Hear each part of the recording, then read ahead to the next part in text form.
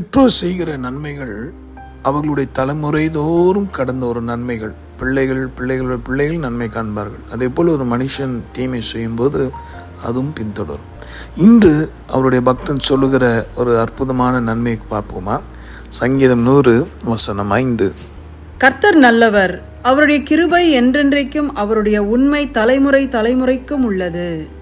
நம்மை ஆசீர்வதிக்கவே ஆசீர்வதித்து உங்களை பெருகவே பெருக பண்ணுவேன் என்று சொன்ன அந்த உண்மையான வார்த்தை நிச்சயம் நம்முடைய வாழ்க்கையில தலைமுறை தலைமுறைதோறும் இருக்கும்.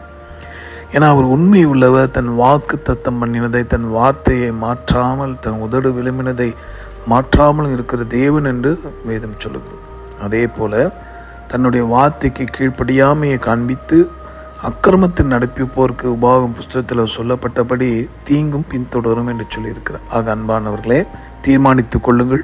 உங்களுடைய தலைமுறைக்கும் நன்மை வேண்டுமா அல்லது தீமை பின்தொடர வேண்டுமா? அதை நாம் தான் இவ்வுலக வாழ்க்கையிலே தீர்மானிக்க கடமைப்பட்டிருக்கிறோம். அவர் ஒரு நாளும் ஒருபோதும் யாரையும் கட்டாயப்படுத்துவதில்லை. மனதுருக்கத்தின் தேவன் அவர். ஆக பயந்து உண்மையான நடுக்கத்தோடு அவரை பின்பற்றுவோமா? அவருடைய வேத வாக்கியங்களுக்கு இம்பார்ட்டன்ஸ் கொடுப்போம். வசனத்தின்படி நடப்போம். கர்த்தர் நம்மை கைவிட மாட்டார். அந்த வார்த்தை நித்தமும் நம்மை தாங்கும். தலைமுறையும் தாங்கும். ஜெபிப்போம். அன்புள்ள ஆண்டவரே, தலைமுறை தாங்கும் வினோத உலகமும் தோன்றிய ஒழியாத என்று சொல்லும்படி கிருபை எண்ணி துதி பாடுகிறோம் அப்பா. இந்த வார்த்தையின்படியே நீர் எவ்வளவு உண்மை உள்ளவர். எங்கள் முன்னோர்கள் செய்த நன்மை இன்று நாங்கள் உங்களுடைய கிருபையினால் ரட்சிக்கப்பட்டோம்.